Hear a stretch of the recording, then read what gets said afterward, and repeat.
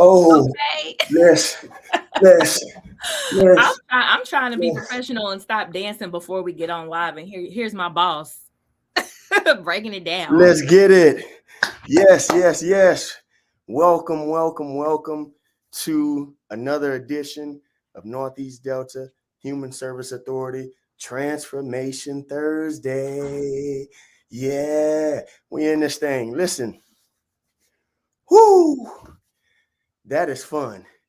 That drop beat, that intro gets me going every single time. It hits. I'm a little winded, but that's okay because what we have for you today is going to blow you away. That's right. Yeah, you heard that. That's a little rhyming. I'm a little winded. That's okay because what we have for you is going to blow you away. That's right. I'm so excited. Listen, as you can see, I got my right hand, one of my right hand, my left hand, whatever hand I need, my foot, my toes, everything right here with us. Aaron Davenport, Special Initiatives Manager, the man behind the curtain. He's boogieing right now too as well.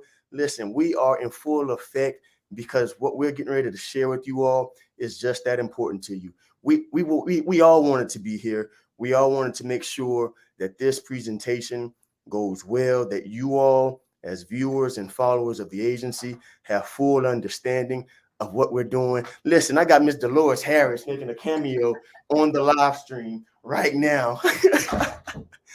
This is what we do at the agency. We are locked in. You see the goal back here? Wow, we are trying to change lives every single day.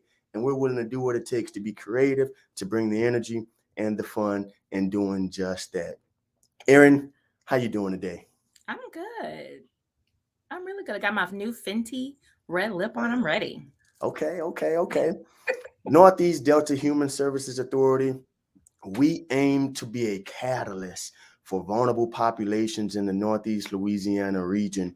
And we do that through our mental health, addiction, developmental disabilities, and prevention and wellness services. We have integrated care, which means that not only do we look at the behavioral health aspect, but we also look at primary care as well. We have a mobile unit that indicates that we are willing to meet people where they are. We have a mobile app that says if you have an Android device, you can download it right now and have access to our information and resources. We have so many social media platforms that you can engage with us on, and we all offer it to you at absolutely no cost. One of the brilliant things that we're doing right now as an agency is our art as medicine slash art as therapy initiative. And what that literally means is we as an agency are being intentional. We are being strategic about partnering with artists, with creators to express themselves so that others can see it and feel better about themselves. It's that simple. Behind every brushstroke, behind every dance, behind every drama, we believe that somebody can see it, hear it, and be made better by it.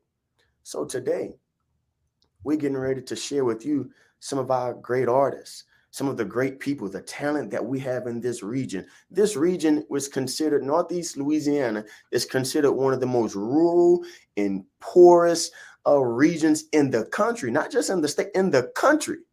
However, we have some of the best talent in the world right here in Northeast Louisiana. And Northeast Delta, guess what we're going to do? Like the Phoenix, we're going to elevate and we're going to make sure that that talent rises to the top. That's right. And I'm not sugarcoating it. I'm not bragging. I'm not boasting. I'm just telling you how it is. And I'm super excited for the great people. I'm going to let Erin bring them on and introduce them because she's been working with them. You all have seen our graphics. You have seen the information about an artist call and what we're getting ready to do next with that. So, Erin, bring on our guests. All right. So first up, I'm super excited about this, is Rodriguez Davis. He is a Grambling State University professor and visual arts and performing arts department chair, a muralist, and a mixed media artist.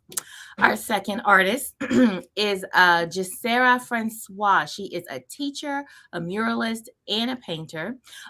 Miss Rachel Madden, entrepreneur and painter.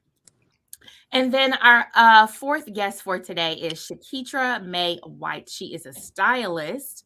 She's actually the one who hooks my locks up, just letting y'all know. Okay. A poet, author, and a painter. Y'all, thank y'all so much. First of all, thanks for being here with us today. And also thank you for answering our artist call. Because this is gonna be awesome. I'm so excited for y'all to be here and be with us today and tell us all about your work and why you wanted to work with us on this project. Awesome, awesome, awesome. Thank you all. From my executive director, Dr. Montez A. Sizer. He tips his hat. He salutes the work that you all have been doing. About a year ago, he spoke at the Black Creative Circle of North Louisiana event back in April because he has a true connection to the art world as well and a care. And we believe that we are going to make this region a creative hub for the state of Louisiana. We want people to look at Northeast Louisiana the same way they look at the arts culture in New Orleans. And we're well on our way through the great work and the talents of people like you all. So thank you. First question, we're gonna tip it on off to Ms. Rachel Madden. Ms. Rachel, tell us, why were you even interested in a project such as this? Well, Abigail Handy, a really good friend of mine, kind of pushed me into doing it, and I didn't really know what it was, but when I read about it, I was really excited about the opportunity to create something like that, because at the time I was kind of in a rut, and I didn't really know where I wanted to go with any of my paintings. And yeah, it's been quite the creative refresh I needed. So Wow. I'm really glad that she pushed. Yeah. How about you, Miss Jacera? Why did you want to participate in a call like this?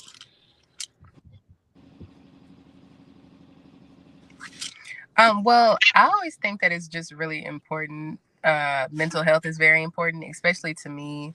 Like growing up, mental health was one thing that I definitely struggled with, as far as like self-esteem, insecurity, and things like that. So it really ties in with my faith too, and being able to have people around that I can talk to. And art definitely was my first way of being able to release a lot of my emotion. That's why a lot of my pieces are very emotional, or they're just really in tune with how I feel. So I definitely, everything that I do, I always want to tie in like a deeper meaning or feeling, because you never know who would be connected to it, or who you're, who's viewing your work that could help. Oh, seems like Ms. Jacera is having some technical difficulties. I'm going to go ahead and bounce that same question. We're still on that same question to Professor Davis. Well, the short answer is students, in the same vein as Jacera's response. Mental health is a primary concern of mine, specifically thinking about the interaction that I have with the students here in the department, especially post-COVID. We saw a lot of stress and de-stress, and we knew that, college is a respite for a lot of students, and for students to be thrown back into family environments where they weren't prepared to, return to in the middle of everything that was happening during COVID, made us acutely aware that students needed, a safe space. And aside from them being artists using their medium to express themselves, they still needed other accesses to talk to other people, right, and to share their feelings and ideas. So I wanted to use this opportunity as a teachable moment for my students, to let them know that it's okay to have things that you need to express beyond the classroom assignment, and to need to reach out to someone else who may be able to give you some feedback and to listen to concerns that you may have. So I'm here for my students as much as I am for the event and for the activity. Wow, that's awesome. How about you, Shakitra? Well, art started for me as self-care. I had COVID twice. And the second time that I had COVID, like I literally was struggling with depression and anxiety real bad. And I reached out to the great professor, and I was like, well, how do you paint? And he was like, what do you mean? How do you paint? I was like, well, how do you paint? Like, my anxiety is really getting the best of me, because I literally couldn't leave. Like, I had my own little space, but that was it. And I said, I need an outlet. I love nature, but I couldn't really go out in it at that time. And it started literally just with a stroke. And I was like, you know what? If this can help me, this can help someone else. So it was my form of therapy. And I've kept it as my self-care because being military and um, suffering with mental health in those areas, this has been a great outlet for me. So my thing is, hey, if it worked for me, let me share it with somebody else. It could work for you.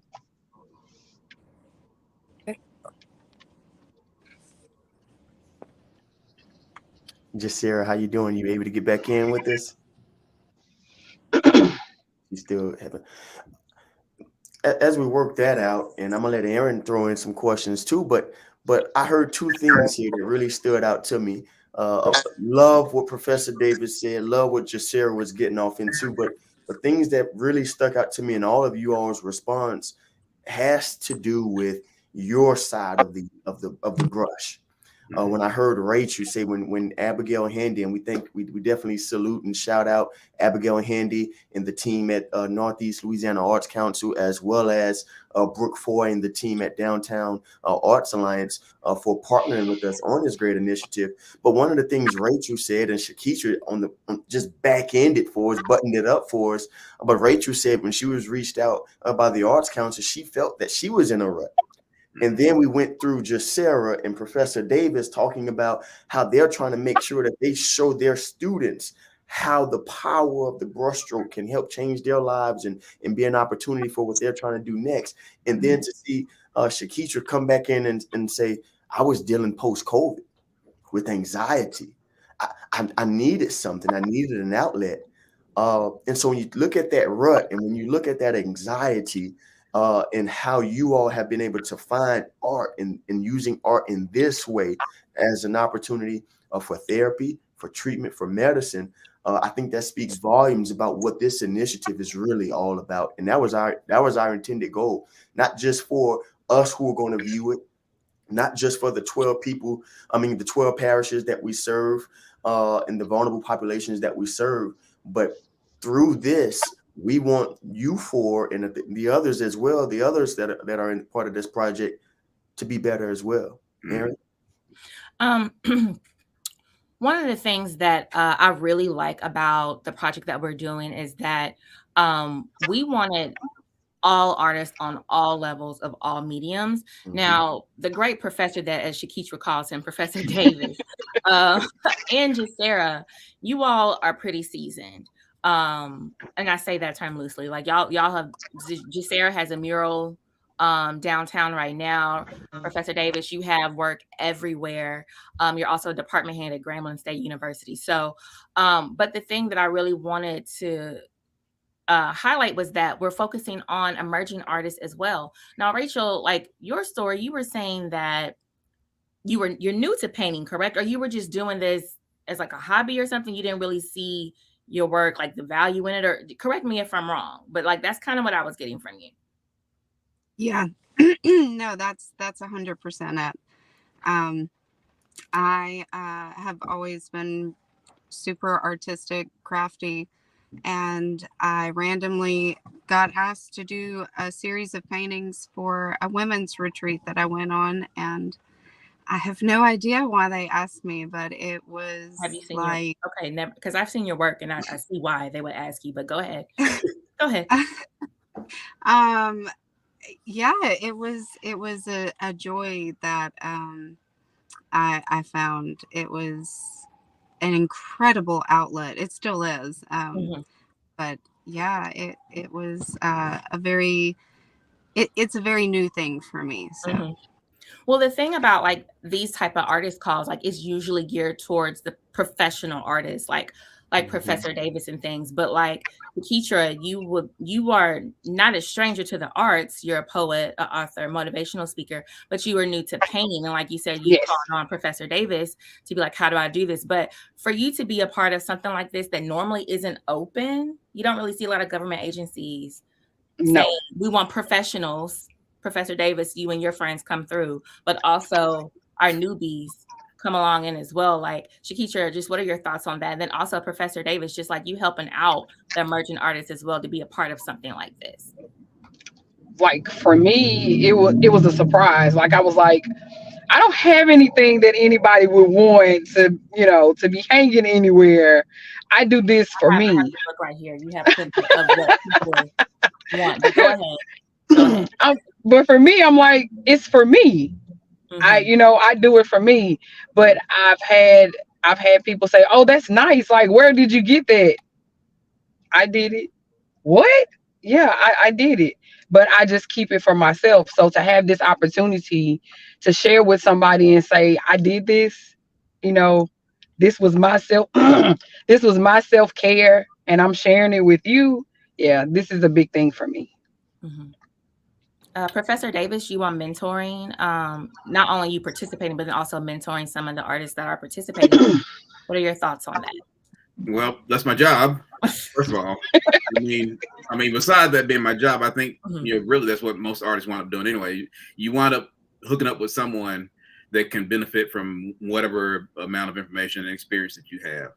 And generally, the idea is to simply encourage people to start. We talk a lot about art being therapy for the person who makes it, but there may be additional issues and personal things that the artists themselves may be going through. And so the act of making art can also be stressful when you talk about the business end of it, especially if it's not doing what you want it to be, or just if you're not able to get into the studio and practice like you want to.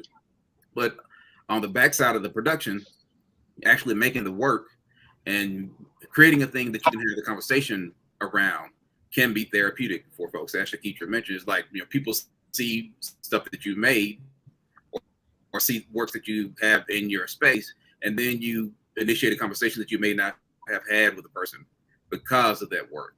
And then that allows a space for people to open up and express themselves, and you build bridges with other individuals, and you also provide a decompression valve for folks who may need it in a way that they haven't had it before, all because you're talking about or talking around a work of art. And so, those are the things that I think about on a regular basis as a practicing artist, but also as an educator, trying to remind students that, we're making things, but you're also creating a representation of yourself and inviting people to come in and experience you in a way that they may not be able to experience you, right? And to have a one-on-one conversation with individuals that may need to have a one-on-one conversation with someone who don't have other people to turn to. And art can do that in its various forms. So that's what I think is important also about this project and art making in general. Mm-hmm. Yeah, at Northeast Delta, we've looked at art in a variety of ways. Going to museums, we even do, of course, the psychodramas, on stage theater. We also even tie in music, hip hop, with jig aerobics. That's more on our fitness side, but music is an art as well. For us to become this connected in this medium of art, the paint and the image and the graphic, what do you all hope that a person sees in your work? And we can start. Shakitra, you want to kick it off? One of the things that I hope that someone sees is my heart. Everything that I put into it is a reflection of me, whether it be the healing aspect of um, using this art to help me heal. Hopefully that someone can see, okay, well, you know what, I can see that in this picture. Or if you see this is a time of a storm for me, you may be able to look and say, you know what, she was going through something during that time, but I can see at the end of this setting or whatever that she found her way out of it. So I would like for people to be able to see themselves in what I make. Yeah, certainly. How about you, Rachel? I guess I would hope that when people look at my paintings, they would feel like they're not alone. Nice. That they can relate, and that there's nothing to be ashamed of. And I think my favorite part about painting all of these is that it's made me picture what my mental health looks like. Mm. And Wow. if my paintings made someone else do that, I would hope that it's as therapeutic for them as it's been for me. Yeah, yeah. How about you, Professor Davis? And we'll ask the same question to Jasira. I think she's worked it out now. Go ahead, Professor. Well, my work is actually in the same vein as Shakitra and Rachel's. I'm using data actually to figure out how to create the pieces, but the actual images themselves really deal with possibility and transformation, and because the works are going to be sequential in a way. And I hope that that comes through when people see it, that that there's a core in each one of the pieces that I'm making that is kind of heavy, but there's a lot of lightness surrounding those cores. And I think that is illustrative of the way that we think about how we progress, how we evolve in our daily existence and through the challenges that we go through. So I hope that's where it comes through. Yeah. Jasira, thank you for your patience and your tolerance on working out the technology kinks. But the question that they're answering now, what we're dialoguing around now is, what do you hope a person sees in your work once it's produced? I hope that they just feel relieved, Mm. whatever they're going through. I hope that they like sense of peace. When they see my work, I always want my work to be touching, and because it's part of my ministry, it's how I'm giving back to my community is through my art. So I just hope to just bring people a sense of hope. Just whether they are going through something or not, like I just want them to feel that peace and that hope, and happiness that they can find from within. Yeah. Yeah. No, that's beautiful. If you listen to everything that we've heard, Yes. Aaron, there you go. Right. Feeling Right. all of it. I'm feeling all of it. Yes. Shakitra says, I want you to see my heart. Rachel says, I don't want you to feel alone and abandoned and ashamed anymore. Professor Davis says, I want you to see the story and the theme and the essence of what I'm creating here based on what research says we as a people are dealing with and are struggling with. He's going to tell a story or provide a concept or a theme for us to look at and still around that feel enlightened. And then Jasira comes in and kind of echoes a piece of it all and takes it a step further. And I'm excited. I'm so excited for what's getting ready to come and what's getting ready to happen in this region. What you thinking, Aaron? Oh, I've been ready ever since the panel selected the artist, because I already know it's going to be great. Like I already know some of these people, I've seen their work or their other mediums and things. So it's like I'm just ready to see what they're going to do. Yeah. It's going to be fabulous. Yeah. Aaron, give us some details. When is this popping off? What we got going on? So Tell us a little bit more. the reveal will take place at the April downtown gallery crawl. We are securing a gallery for that, for the opening reception of it. The artists will be there to do a talk if they feel comfortable, to talk publicly, or you could talk to them on the side, either or. But we're just excited about it because it's going to open up and continue to create discussions about mental health and also like alternative methods of treatment. It's not all, I mean, yes, go to therapy, go get your prescription, yes, all that thing, but also you can also paint, you can sculpture, you can write, do all these other things. So I think, yeah, April, and we'll post exactly where the opening reception will be. Yes, yes. Stay tuned. Stay tuned for more to come. And we Mhm. want you all right here in this group, especially to know that this is bigger than Monroe, West Monroe. This is bigger than Washita Parish. We're going to take your art throughout the region. We're Right. already in conversation with other museums and other galleries in the region. We cover 12 parishes. We'll physically be limited to the 12 parishes, but we are also thinking in forms of technology and through digital formats, how can we take it beyond our 12 parish geographical area that we serve? Because again, uh, we all are looking for ways to see somebody's heart, to not feel alone and ashamed, right?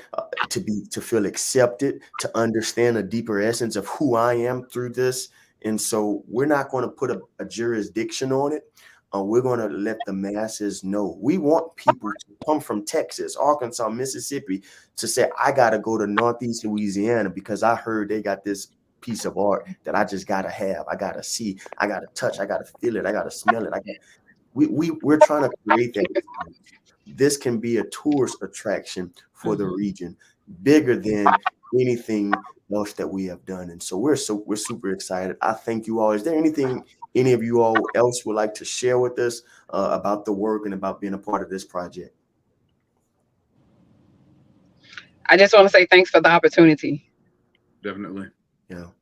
And your work will also, the agency is building a collection. Yeah, I'm just really grateful to be able to share my work. Y'all's work will be a part of the agency's collection. Wow. Yes, and it's going to travel. There are also 2 other artists, Inique and Keegan. They were unable to get on the live today, but their work is phenomenal as well. Yes, indeed. Well, thank you all for your time. I know you all are working and doing other things that you all have to do as it pertains to your respective lives. But thank you for carving out some time with us to talk about this transformative work on this Transformation Thursday. We're super excited for the first Thursday in April, the Downtown Gallery Art Crawl in Monroe and West Monroe. But we will probably be on the Monroe side on Art Alley. Those details will be made available soon. Make sure you follow Northeast Delta on social media, Facebook, Twitter, Instagram, YouTube, and of course our website, anydeltahsa.org. Now I gotta say this, if you or someone you know is struggling right now with mental health, addictive disorders, or need access to prevention, wellness, or developmental disability services, call us. It's a 24/7 crisis hotline, 1-800-256-2522. Dial it anytime. We will talk to you. We will help you figure out your next steps to make sure you're thriving and living your full human potential. Erin, you got anything else for us? That's it, boss. You took care of it. Awesome. Thank you all. Have fun and keep being great. Thank you. Y'all take it easy. Thank you.